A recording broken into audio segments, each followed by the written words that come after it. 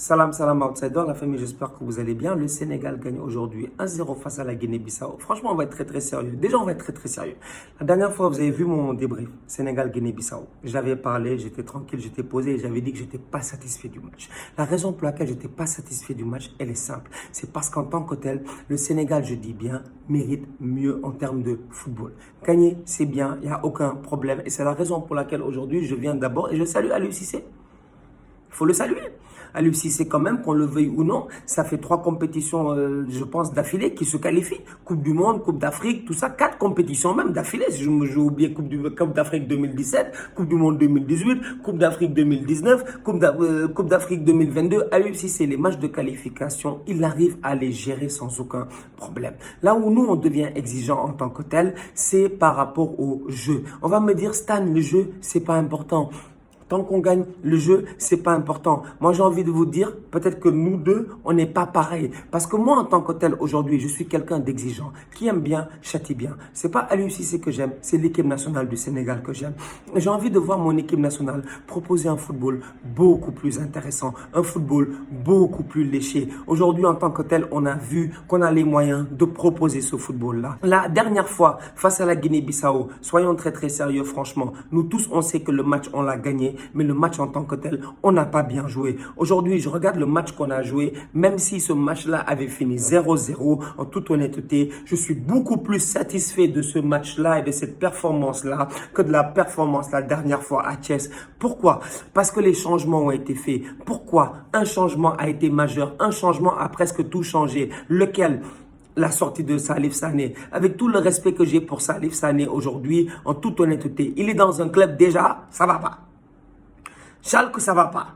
Schalke qui prennent des 8-0, des je sais pas quoi, du Bayern et tout. Schalke, sincèrement, on va être sérieux, ça va pas depuis le début de saison. Salif Sané, il a été blessé pendant très longtemps. Salif Sané, en club, il joue défenseur central. C'est la raison pour laquelle la dernière fois, je me plaignais en disant que Aliou Cissé, s'il veut être logique, soit il joue dans une défense à 3, soit il fait jouer Salif Sané à son poste dans une défense à 2. Mais mettre Salif Sané devant la défense, je suis désolé, dans ce positionnement de numéro 6 là, c'était suicidaire. Je regarde aujourd'hui le match qu'on vient de jouer tranquillement face à la Guinée-Bissau. Soyons très sérieux, franchement. On vient de jouer un match face à la Guinée-Bissau, mais le boy Kanouté au milieu de terrain, il a été excellent. Le boy Kanouté au milieu de terrain, il nous a permis aujourd'hui, je dis bien, d'aller chercher le maximum de Pape Alioune Ndiaye. Pape Alioune Ndiaye, c'est un joueur, si tu regardes bien, il aime bien porter le ballon, il aime bien se projeter, il aime bien aller vers l'avant. Cependant, pour se projeter, porter le ballon, aller vers l'avant, il faut que derrière, tu aies une certaine assurance. Il faut que derrière, le gars qui soit derrière, il puisse te rassurer. C'est ce que je dis toujours du Barça, en disant que le double pivot Busquets et De Jong, ça peut pas marcher. Parce que Frenkie De Jong, les gens lui disent tu n'attaques pas assez, mais comment voulez-vous qu'il attaque en sachant pertinemment que derrière lui, il y a un gars qui ne va pas vite, il y a un gars à qui ça prend près de 10 ans avant de se retourner, Sergio Busquets. Donc aujourd'hui, je regarde bien ce match-là et je me dis, Franck Kanouté, devant la défense, il a été mobile, il a été bon. Pape Alioune Ndiaye, ça lui a permis de se projeter. Pape Alioune Ndiaye, combien de fois, je dis bien, il est allé chercher des fautes dans les 20 mètres, dans les 25 mètres adverse. Pape Alioune Ndiaye, aujourd'hui, le numéro 6 qui prend le carton rouge du côté de la Guinée-Bissau, il prend un premier carton jaune. Pourquoi? Parce qu'il fait 2 fautes d'affilée sur qui? Sur Pape Alioune Ndiaye. Donc aujourd'hui, on va être très sérieux. Notre milieu de terrain, Kanouté, Pan et puis Crépin Diatta a été un très bon milieu de terrain, un milieu de terrain solide, un milieu de terrain cohérent et un milieu de terrain, je dis bien, complémentaire. Je regarde l'attaque et je me dis, Habib Diallo, la dernière fois, j'en ai parlé. J'ai dit Habib Diallo, sincèrement, c'est un très bon attaquant. Moi, j'ai aucun problème avec Habib Diallo. Le problème que j'ai peut-être avec Habib Diallo, bon, je dis j'ai aucun problème, mais le problème que j'ai avec Habib Diallo, c'est par rapport à sa capacité à pouvoir porter le ballon. Habib Diallo, c'est un neuf, j'ai l'impression, renard des surfaces. Habib Diallo, la dernière fois, je suis désolé, lors du match face à la Guinée-Bissau, si tu regardes bien la première mi-temps, tu as au moins 3 passes, 4 passes ratées faciles de la part de Habib Diallo. Aujourd'hui, Boulaye Dia, en toute honnêteté, il a été très bon. Boulaye Dia, en début de match, il peut marquer. Il va face à face au gardien. il sort. Dommage, Sadio Mané frappe, le ballon passe à côté. Je pense qu'il y avait hors-jeu. Boulaye Dia, aujourd'hui, il dézone anormalement. Il descend très très bas sur le terrain. Il fait un 1-2 avec Moussa Wagué. Toi-même, tu comprends pas. Boulaye Dia, il quitte le côté est pour aller au côté ouest. Il fait son 1-2 avec Moussa Wagué. Il rentre dans la surface de réparation. Il est à l'entrée de la surface de réparation. On le tacle. Il y a une faute. Aujourd'hui, Boulaye Dia a été un joueur très très mobile, très très intéressant. Donc, sincèrement, en toute honnêteté, quand tu compares, je dis bien, parce que il faut comparer. On a joué le même adversaire en moins de 3 jours, 2 fois. Donc, du coup, il y a de quoi quand même comparer. Regardez ce qui s'est passé la dernière fois et regardez ce qu'on a fait cette fois-ci. Et je regarde ce qu'on a fait cette fois-ci et je me dis, les changements qui ont été faits, c'est des changements qui nous ont permis de pouvoir poser notre jeu. En première mi-temps aujourd'hui, face à la Guinée-Bissau, on a très bien joué. Et je dis bien, on a très bien joué. Malgré le fait que le terrain était pourri. Le terrain était pourri, le terrain n'était pas bon, c'était difficile de poser le ballon. Nos joueurs, je le dis bien, en même pas 15 minutes, il y avait déjà 4 ou 5 glissades. Le terrain est tellement pourri que même les crampons ne sont pas habitués. Franchement, c'est-à-dire que les gars ont des crampons pour des terrains de Anfield, de Bernabeu, du Camp Nou, de l'Emirates, de je sais pas quoi. Ils ont des crampons pour des vrais terrains, mais pas pour des terrains où il y a du sable par-ci, il y a des pierres par-là, il y a des trucs par-ci. Donc aujourd'hui, quand je regarde l'état, quand je regarde les CNTP, les conditions naturelles de température et de pression, j'en arrive à la conclusion que les boys, ils ont fait un bon match. Ils ont fait un très bon match en première mi-temps, parce qu'en première mi-temps, ils ont joué intelligemment, parce qu'en première mi-temps, il y a quelques déchets, mais c'est des déchets qui sont pas reliés au fait que techniquement, on se gère pas. C'est des déchets qui sont reliés par rapport aux conditions. C'est difficile de faire un centre quand le ballon rebondit.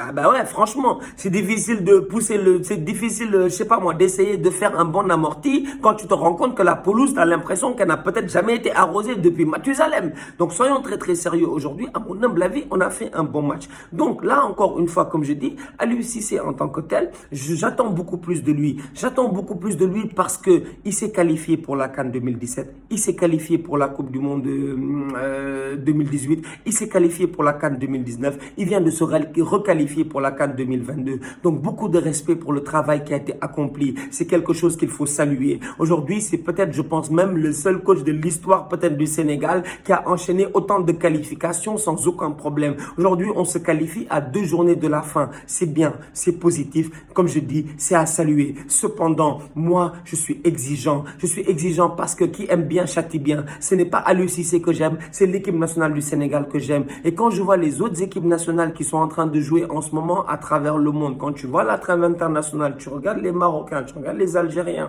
et tout, ben il y a de quoi quand même se poser quelques questions. Parce qu'aujourd'hui, on a proposé du beau football. Pourquoi n'avons-nous pas proposé ce beau football-là la dernière fois face à la Guinée-Bissau? Parce que les choix n'étaient pas bons. Cependant, aujourd'hui, il s'est géré. En termes de choix, il y a eu des choix beaucoup plus cohérents. Il y a eu aujourd'hui 2 changements qui nous ont permis quand même de contrôler ce match-là. Et ça fait plaisir et ça fait du bien. Maintenant, j'ai des attentes.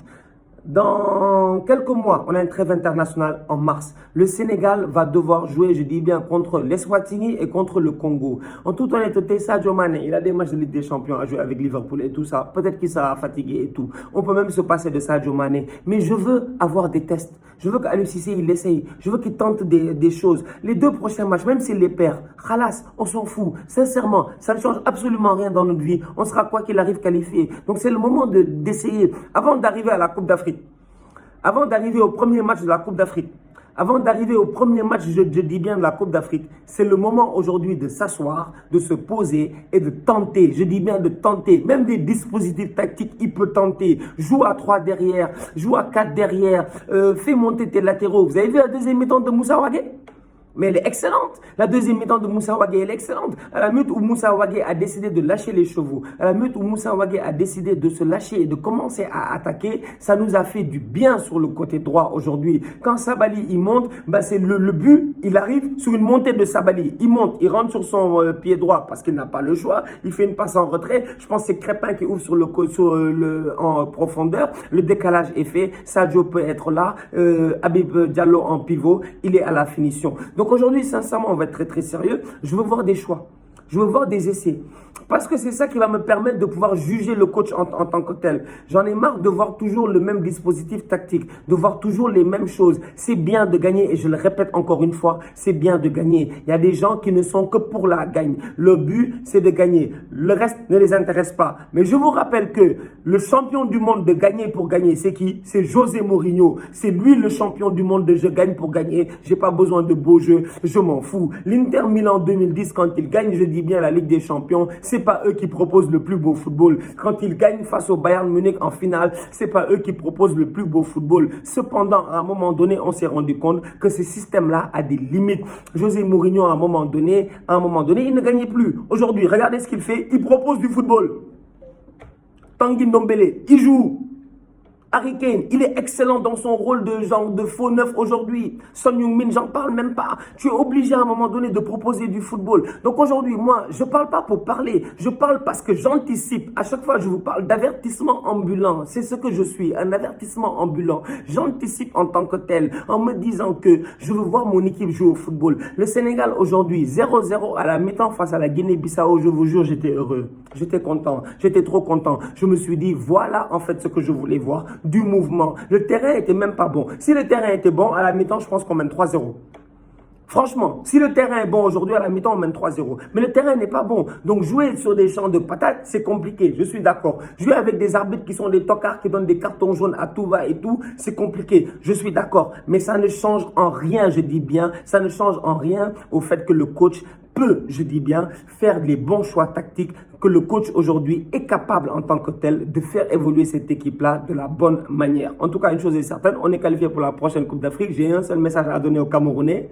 Attention, attention, on va arriver là-bas, au Cameroun. Moi, Inch'Allah, je serai au Cameroun. Je vais arriver là-bas et je vous souhaite bonne chance. Parce que nous, ça fait depuis 2002 qu'on vous cherche les caméras. Je wanda sur vous-même. On va venir, je te dis, Inch'Allah, on va vous manger comme vous mangez le ndolé. On va bien vous manger. En tout cas, la famille, on se capte très très bientôt pour un nouveau débrief. Le Sénégal est qualifié, 4 matchs, 4 victoires. Bravo à l'UCC. Mais comme j'ai dit, je m'attends lors de la trêve internationale de mars à ce qu'il y ait du changement, à ce qu'il y ait des essais. Quitte à ce qu'on perde 1 ou 2 matchs, c'est pas grave, mais essaye, tente et de l'audace.